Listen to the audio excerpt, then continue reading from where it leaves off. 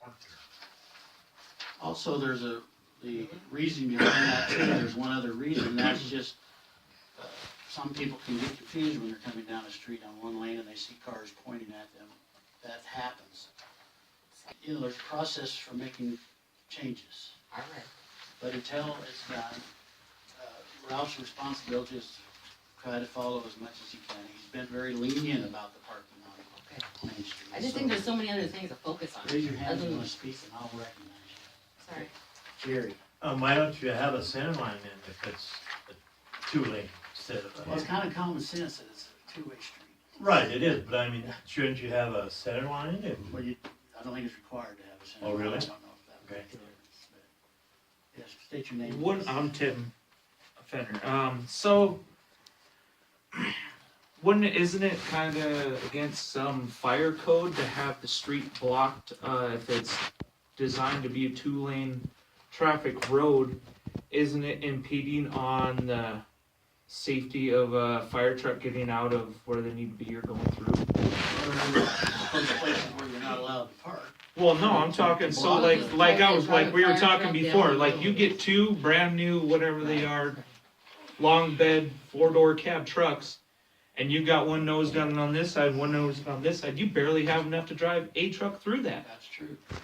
We have, So we have like, the widest streets in the world, I suppose. so if you're from out of town and you don't know that, and you do that, and then there's a fire That call, has and the fire nothing to truck can't do- get That through. has nothing to do with parking backwards. Okay, so That's what what- I'm saying is, if you're parking forwards, if they're parking forward, you know, whichever way on I the think on the it's, city street. I think it's a non-issue, to be honest with you. I A don't, non-issue. in all the years we've been here, I don't think there's been a real big problem with parking. And I think people, sometimes you can't get 2 vehicles passing at the same time. Okay, so unloading a truck, But like wait, unloading wait a minute, big. I have the floor. We talked about this several meetings ago, about going parallel parking, going diagonal parking. It stayed with diagonal parking. That's the way it is. Yes, there are some long trucks that stick out, and if there's 2 of them on one side and one on the other, you might not even get 1 vehicle through there, I suppose. Right. That would be an issue where the town policeman would probably try to get somebody to move a vehicle if it's blocking traffic. But the issue we're talking about is parking in the wrong direction of travel. It's been, to be honest with you, it's been done and nobody's gotten tickets over it, but it's kind of like it's being abused. And if you wanna change it, we'll change it, but until it's changed, don't park in the opposite direction of travel. And that's the issue there.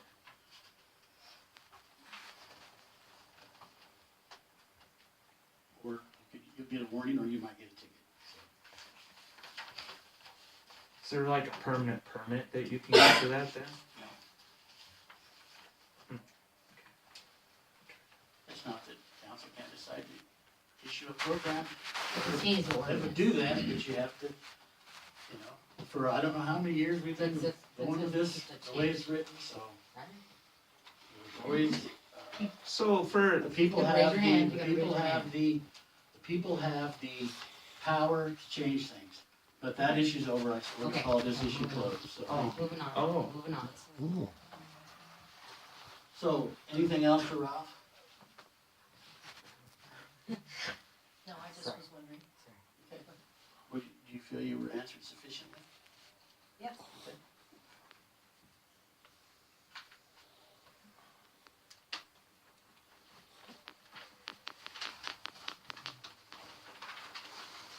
So, Ralph, we're done with this report. Are you done, Ralph? Yep. I'll make a motion to accept Ralph's report. I'll second that. Is that inclusive of his purchase order or Yes. not? Yes. Yeah, I'll second one, second purchase order. All in favor, say aye. Aye. All opposed, same sign.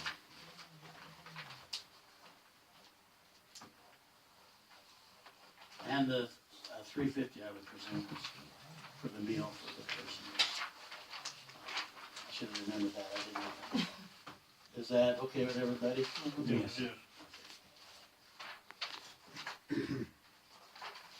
Thanks, Ralph. Next on the item is zoning. Do we have a report from the zoning committee? Can you give me a report? Yep. It doesn't I'm the only one here, well, yeah, sure, he's like, anyhow, Bill isn't here, so he said, speak for him, so that'll work out, okay, I guess. The Cox property is on Lover's Lane, and he submitted a zoning permit, it is for a log cabin. And he has adequate room, adequate setbacks, following all the rules. It looks good, we have no problem with his,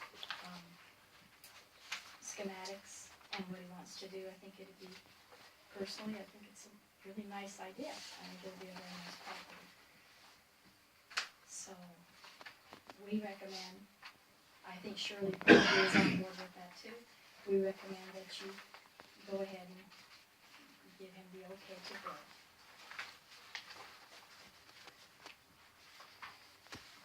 I made a motion to accept the zoning permit.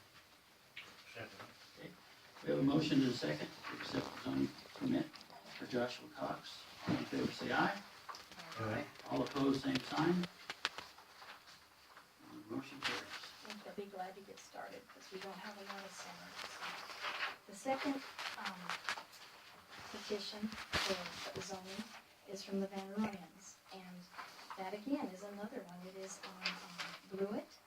It is adequate space, very nice unit coming on. It's a prefabricated unit, but they have a permanent structure going underneath, and I called her and talked to her a little about that. It is the concrete, roof that works out of Laurel, and I've heard good things about them as far as the type of work that they do. Everybody's got the papers. on Okay, this. so you should be good. That concrete skirting is a permanent type of thing. I think it needs HUD and everything there. So this again would be a great addition to the town. They have adequate room over there. It's a good sized lot. They're good on the setbacks. They're good on the, where they need to be to stay out of the utility area. And so Picture of it there. we were talking, and Bill was certainly on board with it. He thought it was great. I thought it was great. I imagine Shirley probably does too. So I'm It's a assuming beautiful home. that, yeah, it'd be really nice to see it coming into town. So, we recommend that you grant their zoning petition too. The only thing I'd like to add on both of these petitions is, as always, call before you dig.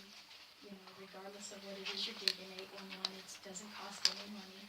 And it'll keep you, especially, keep you out of, like hitting a line or something that you'd rather not hit. And always, the zoning committee, we've always felt that it'd be nice if everybody, if they have access or they can get a survey done, even if, and if they've already had one done, I think some of these folks have, so it's always a good idea. Just kind of keep the property straight, but this looks pretty cut and dry. So we recommend that you give them their zoning permit, get that house on there.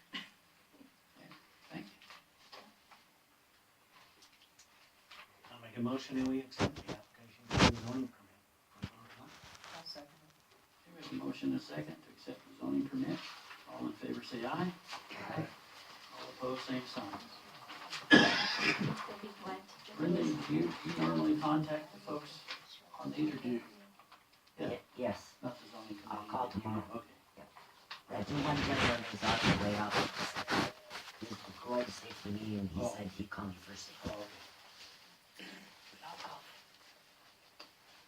okay. Okay, then on to the next thing, correspondence. Oh, Just a minute. Oh, could I have you sign in, and then there's an agenda. I will. Randy doesn't have an agenda. Thank you. You know, those.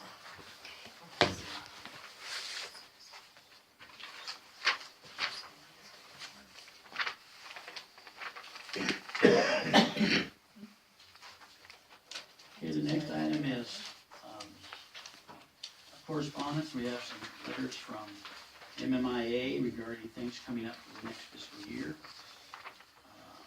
So you guys can look those over. The liability insurance. There's prices in there. We'll plug those things into the budget when we meet next month. They'll all be put in there. Preliminary rates. These are just kind of a These are the preliminary rates that could change, but they're probably somewhere right in the ballpark. Property insurance. Workers' comp. Employee benefit program.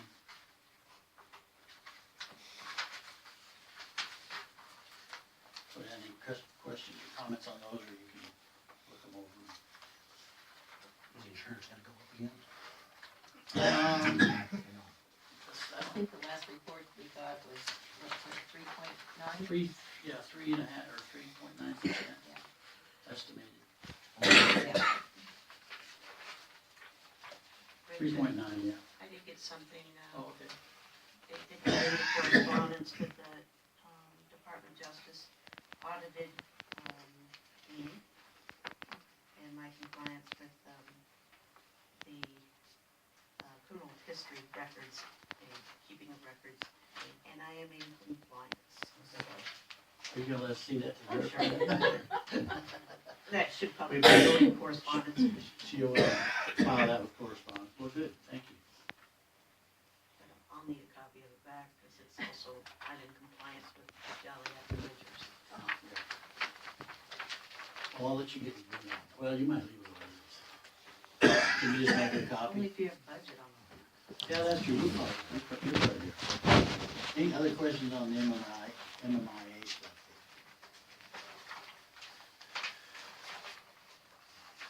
Some of this, like the property insurance, we have to go through and mark off things that we don't have and add things that we do have now.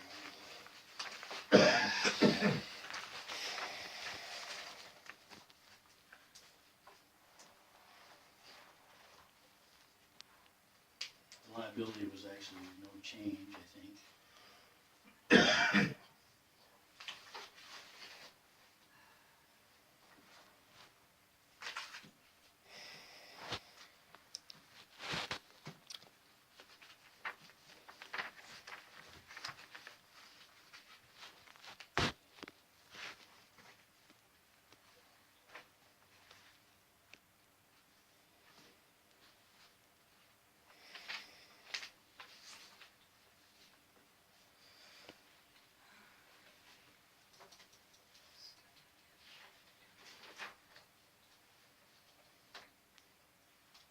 Are we ready to move on?